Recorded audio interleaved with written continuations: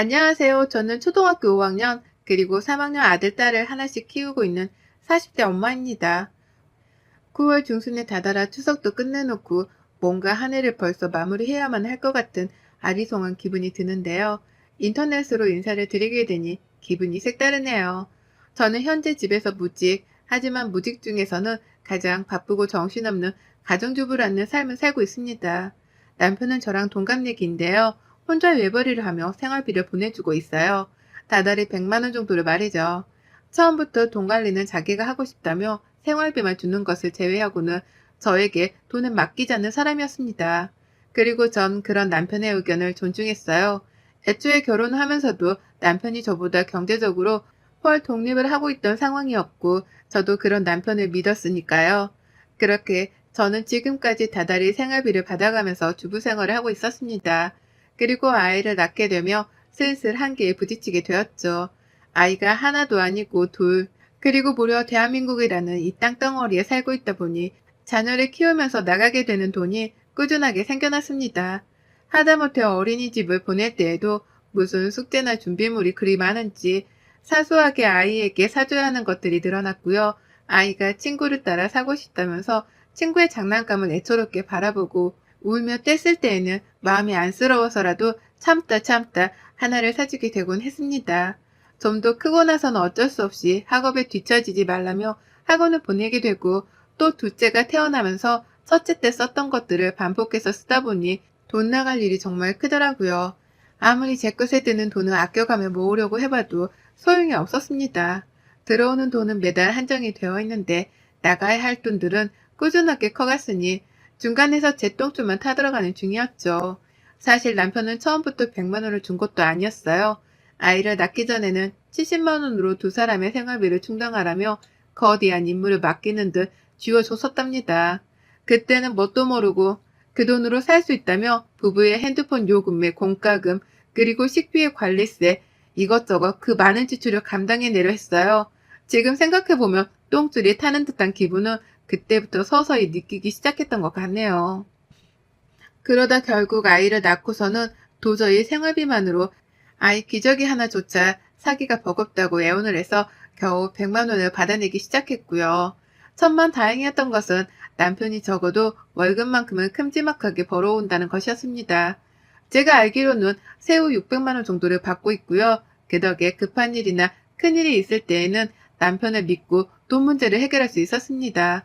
그래봤자 장례식 부조금이라든지 친인척 결혼식 축의금이 대다수였지만요.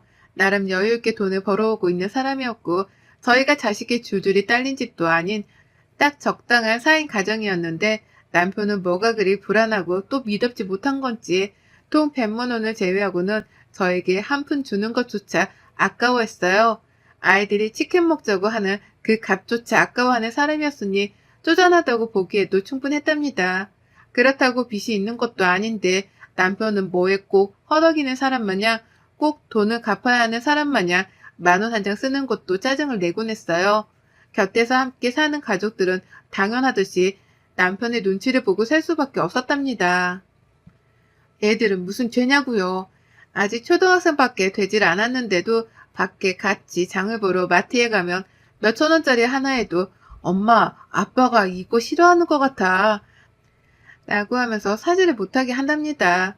친구 녀석이 군것질을 하는 것도 그냥 보고만 있다가 저한테 딱 걸려서 제가 마음이 미어지는 바람에 애를 붙잡고 분식집 안에 들어가 한바탕 분식을 먹인 적도 있었어요. 남편한테 전부 다 말해본 적은 없지만 저 혼자 애들을 생각하면 마음이 아파 돈을 펑펑 쓰고 자책을 했던 적이 한두 번이 아니었답니다. 그리고 이런 문제 덩어리 같은 남편의 모습은 시어머니한테서도 똑같이 보였죠. 네, 바로 저희 남편이 시어머니를 빼다 닮았던 겁니다. 시어머니는요, 남편에게 전략정신을 강요하다 못해 어릴 적부터 아주 주입식으로 집어넣어 교육을 시킨 그 장본인이세요. 시아버지께서 공무원이셨는데 나라 돈으로 받은 월급을 허투루 쓰면 안 된다면서 그 시절부터 미니멀 살림을 하셨다고 하더라고요. 뭐 틀린 말은 아니었죠. 나라 돈으로 받는 월급이니 이왕이면 전략해서 좋은 곳에 필요한 곳에 쓰는 게 잘못된 생각은 아니었으니까요. 하지만 그 정도가 지나친 건 분명했습니다. 제가 시집을 오면서 뵌 어머님의 모습은 아직도 잊혀지지가 않아요. 밥 먹다가 밥풀 조그마한 뭉텅이 하나를 실수로 밥상 위에 떨어뜨렸는데 그걸 가지고 앞에서 얘가 이 아까운 걸 라고 소리를 치면서 바로 집어다가 자기 입으로 집어 넣어버리더라고요. 겨우 밥 하나 가지고 혼이 났던 날이었습니다. 그 후로도 국 먹다 국물 한 방울 흘린 걸로 소리를 질렀고 밥그릇 안에 밥알 하나부터 남겨놓은 걸 가지고도 밥 아까운 줄을 모른다며 한참을 혼내셨어요. 며느리로 이상한 애가 들어왔다고 하시면서 말이죠. 그때부터 지레짐작은 했습니다. 처음엔 먹는 걸로 그냥 굉장히 까탈스러운 분이신 줄 알았는데 이제 보니 전략하는 게 몸에 완전히 배어 작은 낭비에도 민감해하는 것이라는 걸 말이죠. 그걸 알고 나서 보아하니 어머님은 정말 저 같은 평범한 사람이 감당하기에는 힘든 점이 너무 많았네요. 남편도 남편이었지만 그만큼 존재감이 크셨던 어머님도 만만치 않으셨어요. 같은 서울 땅에 살면서 자주 만나며 사는 건 아니었지만 어머님이 저희 애들을 보고 싶다고 자주 찾으셔서 주부인 제가 가끔씩 애들을 데리고 시댁에 가곤 했습니다. 그럴 때마다 전 어머님께 당연하듯이 그 한 주 혹은 몇 주간의 생활비 내역들을 검토받아야 했어요. 못 보고 지낸 사이에 어디다가 큰돈을 썼는지, 그간의 생활비는 어떻게 관리를 하고 쓰며 살았는지에 대해서 자잘한 것까지 다 하나하나 캐물어 보셨기 때문입니다. 얘들은 아빠한테서 돈 때문에 눈치를 보는 것도 모자라 할머니 집에 와서도 할머니한테 혼이 나는 중인 엄마의 모습을 봐야 했고요. 저는 쩔쩔매면서 그간에 돈 쓴 것들, 애들 학원비며 간식비 등 사소한 것들까지도 시어머니께 말씀을 드렸어요. 이걸 원하신 건지는 모르겠으나 제가 그렇게 다 말씀을 드리고 나면 그제서야 어머님은 그래 이번에도 수고했다 나가 라고 하시면서 만족하다는 듯 고개를 끄덕이셨고요. 한두 번도 아니고 만날 때마다 이런 식으로 저희 집안 사정 가계부를 꿰뚫어 보려고 하시는 어머님의 태도는 날이 갈수록 대범해졌어요. 처음엔 단순하게 돈 쓰는 걸로 궁금해하고 내역을 알려고 하시더니만 슬슬 제가 대답도 잘하고 제 허리끈을 조여가면서 돈을 아끼고 사는 것이 보여 실증이라도 나신 건지 애먼 곳에 초점을 두시더라고요. 제 복장 말입니다. 한 번은 애들 학교에 갈 일이 있었습니다. 학부모 모임 때문이에요. 제가 주부이긴 하지만 그렇다고 집에서만 입는 후줄근한 옷을 입고 나갈 순 없잖아요. 제 아이가 제 복장 때문에 기죽는 것도 못 볼 일이었고요. 그래서 급한 대로 방법을 찾았습니다. 생활비 100만 원으로 인해서 새 옷을 살 수는 없었고요. 쪽팔림을 머금고 저희 큰언니한테 부탁을 해서 옷을 빌려 입고 갔어요. 네, 남편이 월급을 몇백이나 벌어오는데 저는 꼴랑 100만 원을 쪼개가며 살면서 옷 하나도 제대로 사지를 못하는 처지였던 겁니다.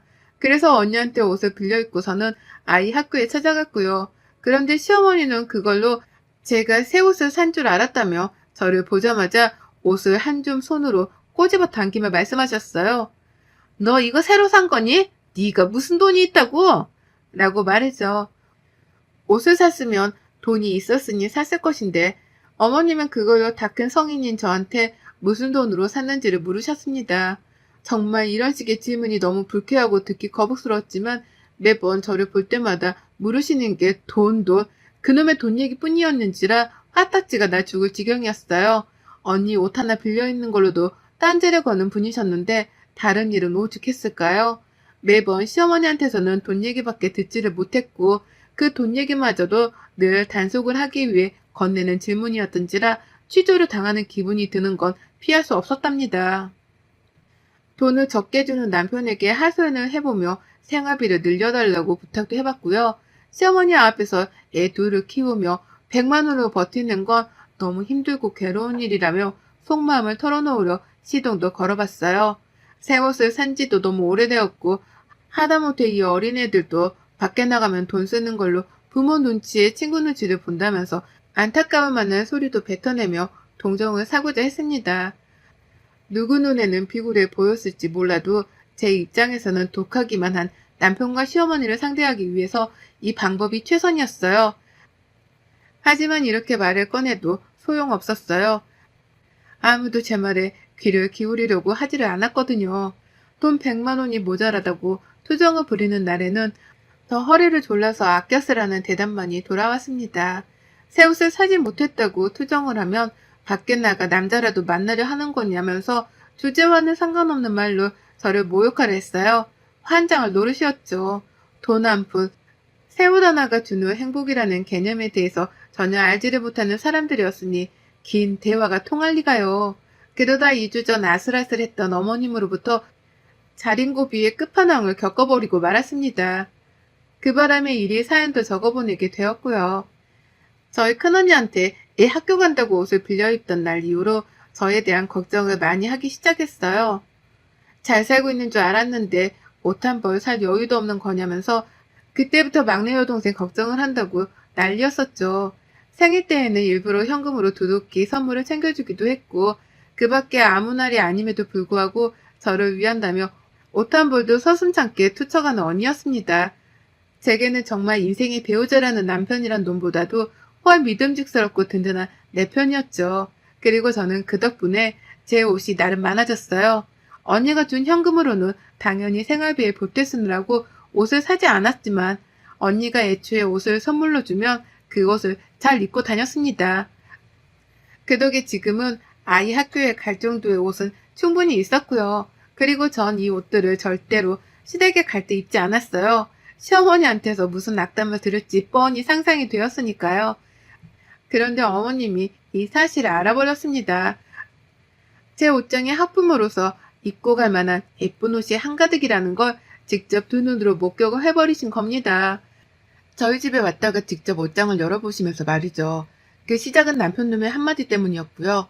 시어머니가 딱 하나 좋은 점이 있다면 그건 제 아이들을 그나마 예뻐라 하신다는 것이었는데요. 아이들이 또 보고 싶다고 하셔서 마침 주말이기도 했고 억지로 남편이랑 시댁을 찾았었습니다. 추석이라 어차피 다시 봐야 할 때였는데도 불구하고 일단 찾아갔어요. 그러다 대화를 하던 도중 어머님이 제 옷이 해진 것을 발견하셨고 옷을 사주겠다는 소리는커녕 그 와중에 옷꼬라지가 그게 뭐냐는 잔소리를 하시더라고요. 돈 아껴 쓰라고 잔소리는 하시던 분이 말이죠. 근데 그 말에 남편이 뭐라고 대답한 줄 아세요? 엄마, 얘 옷 많아. 옷장이 꽉 찼어. 라고 대답을 한 거예요. 시어머니한테 걱정을 하든 말라고 하면서 혼자 신이 나서 말입니다. 이런 표현은 좀 그렇지만 남편의 그 한마디 때문에 시어머니는 눈깔이 뒤집혀졌답니다. 바로 그 옷들이 다 어디서 난 거냐며 무슨 돈으로 산 거냐며 갖은 잔소리의 질문을 폭탄처럼 던지셨고요. 그리고 바로 다음날 시어머니는 오후 늦지막히 저희 집에 찾아오셨답니다. 그것도 하필 제가 잠시 장을 보러 나간다고 며칠 만에 집을 비운 시간대에 말이죠. 장을 보고 집에 돌아오자마자 저는 놀라 현관에서 움직이지를 못했어요. 도둑이 든 줄 알았거든요. 현관 앞까지 제 양말 하나가 떨어져 놓여있는데 어질러진 옷가지들이 안방으로까지 이어져 있더라고요. 누가 집안에 있다는 생각에 겁이 덜컥 나서는 움직이지 못했고 안방으로 조심스럽게 갔다가 활짝 열려진 옷장을 보자마자 직감했습니다. 아, 시어머니가 오셨다 갔구나 라고 말이죠.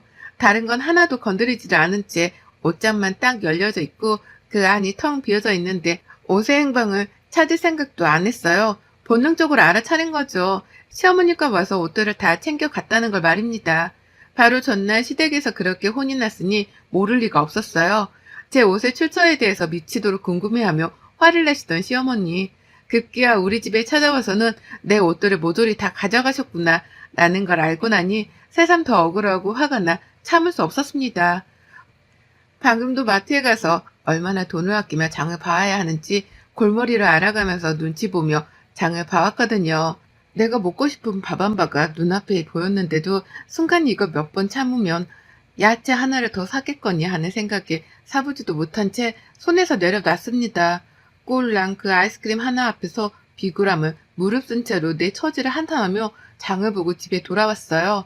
그런데 집에 들어오자마자 보이는 모습이 난도질에 도둑질을 당한 내 옷장이라니요.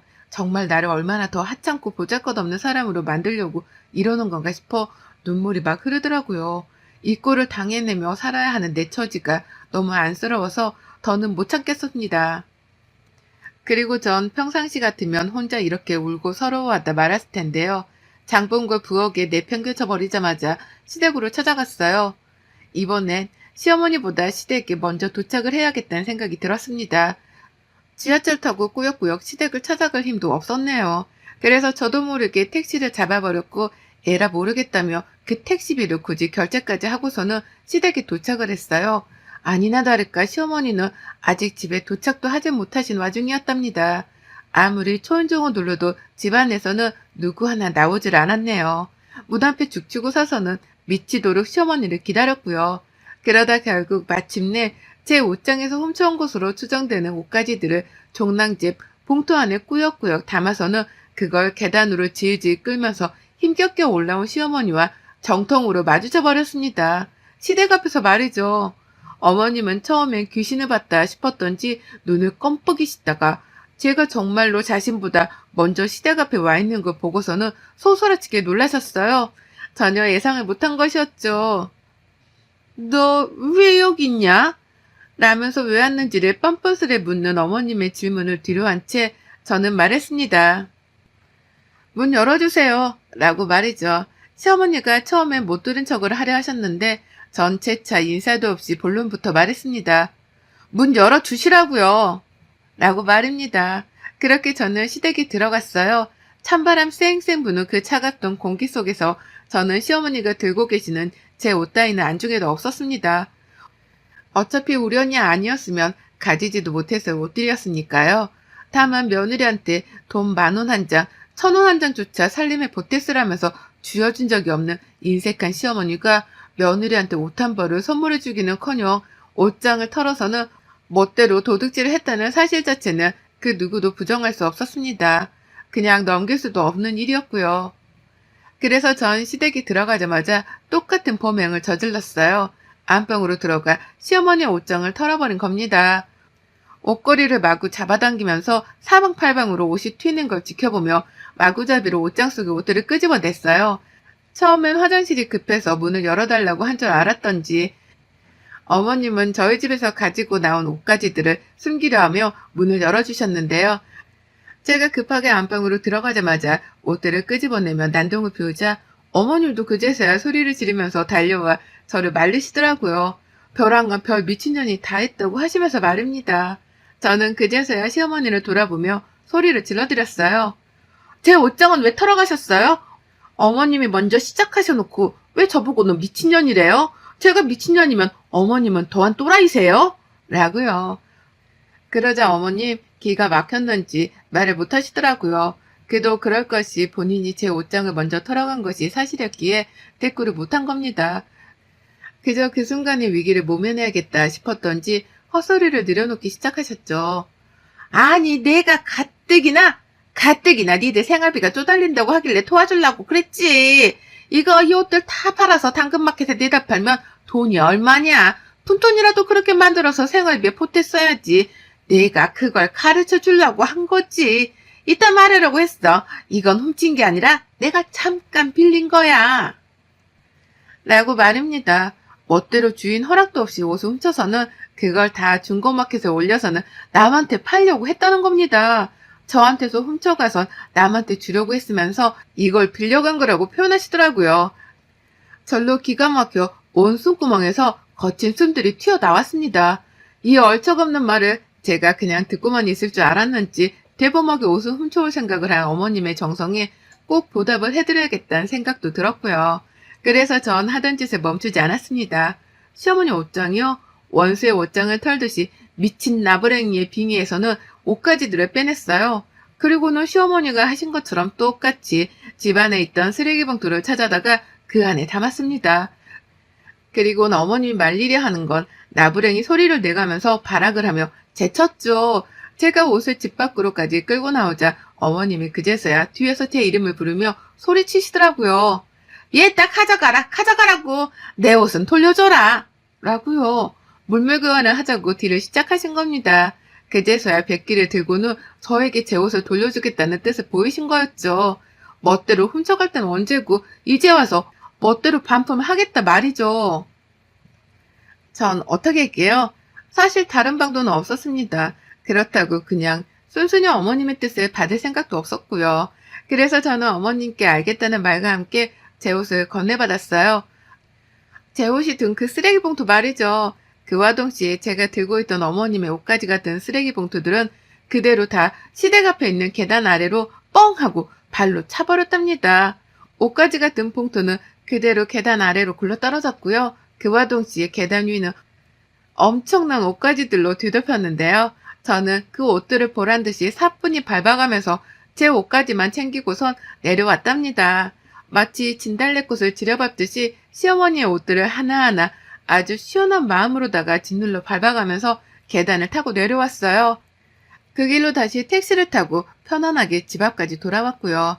집에 돌아와 옷을 하나하나 다 걸어 넣었는데 시어머니가 과연 자신의 옷들을 도로 다 챙겨서는 옷장 안에 넣었을까 싶더라고요. 아니면 제가 하나하나 다 신발로 밟기까지 했는데 그걸 빨겠다고 세탁기에 넣었을런지도 궁금했고요. 하지만 그날 후 지금껏 2주가 되는 시간 동안 어머님은 전화 한 통, 문자 한 통조차 없으시답니다. 소식이 아주 뚝 끊겼어요. 제가 그 미친 짓을 하며 난동을 부린 것에 상심이 크셨던지 아님 자신의 옷이 며느리한테 짓밟혔다는 것에 자존심이 상한 건지 어머니께서는 무려 2주 동안이나 아무 소식이 없이 저를 내버려 두고 계시답니다. 그 덕에 저는 추석이 되고 나서도 시댁에 찾아가질 않았어요. 어머님을 뵙기가 힘들다는 이유에서 말이죠. 그리고 어머님께서도 추석에 오질 않는 저를 찾는 연락을 웬일로 하질 않으셨고요. 영문도 모르는 남편은 추석에 시댁을 안 간다는 저를 보며 너무하다고 비난을 했지만 마찬가지로 저를 찾지 않는 시어머니의 반응에도 당황을 했는지 추석 내내 혼자 애들 데리고 시댁에 가서는 더 이상 연락을 해오지 않았습니다. 시댁에 들어가기 전까지 얼른 와라 라며 협박을 하더니만 막상 시댁에 들어가선 깜깜 무소식이더니 집에 돌아와서도 시댁 얘기는 일절 꺼내질 않았어요. 그걸 보면 저도 파악을 했죠. 어머님이 며느리 하나 잘못 건드렸다가 미친 벌집을 건드린 마냥 미친 꼴을 당할 수 있다는 걸 이제서야 간파하셨구나라는 걸 말입니다. 그리고 전 덕분에 이번 추석 명절 스트레스 하나 없이 혼자 집에 남아 시간을 보람차게 썼고요. 여태 소식도 없고 저를 자유로이 내버려두는 시어머니 덕분에 사는 스트레스가 한 단계 줄었습니다. 또 그와 동시에 중간에서 눈치 보던 남편이 생활비 30만 원을 더 올려줘서 보란듯이 첫날에 치킨을 시켜 먹었어요. 쥐어준 생활비로는 아끼기만 하며 살기 힘들다고 요즘은 아예 대놓고 돈을 써버리고는 남편에게 후지부를 하라 종용하는 중이랍니다. 이렇게 저는 남편을 향해 4인 가정 씀씀이에 대해 보여주며 현실적인 가르침을 주려고 해요. 더 이상은 저 혼자 기길대며 돈 때문에 기죽고 속쓰리는 짓은 그만하려고 합니다. 그 방아쇠를 시어머니가 당겨주셔서 너무 감사한 마음으로 남편 길들이기를 하는 중이네요. 이제야 하는 게 늦은 감이 없잖아 있지만 더 늦지 않은 게 어디냐고요. 여러분의 생각은 댓글로 남겨주세요. 오늘도 시청해주셔서 정말 감사합니다.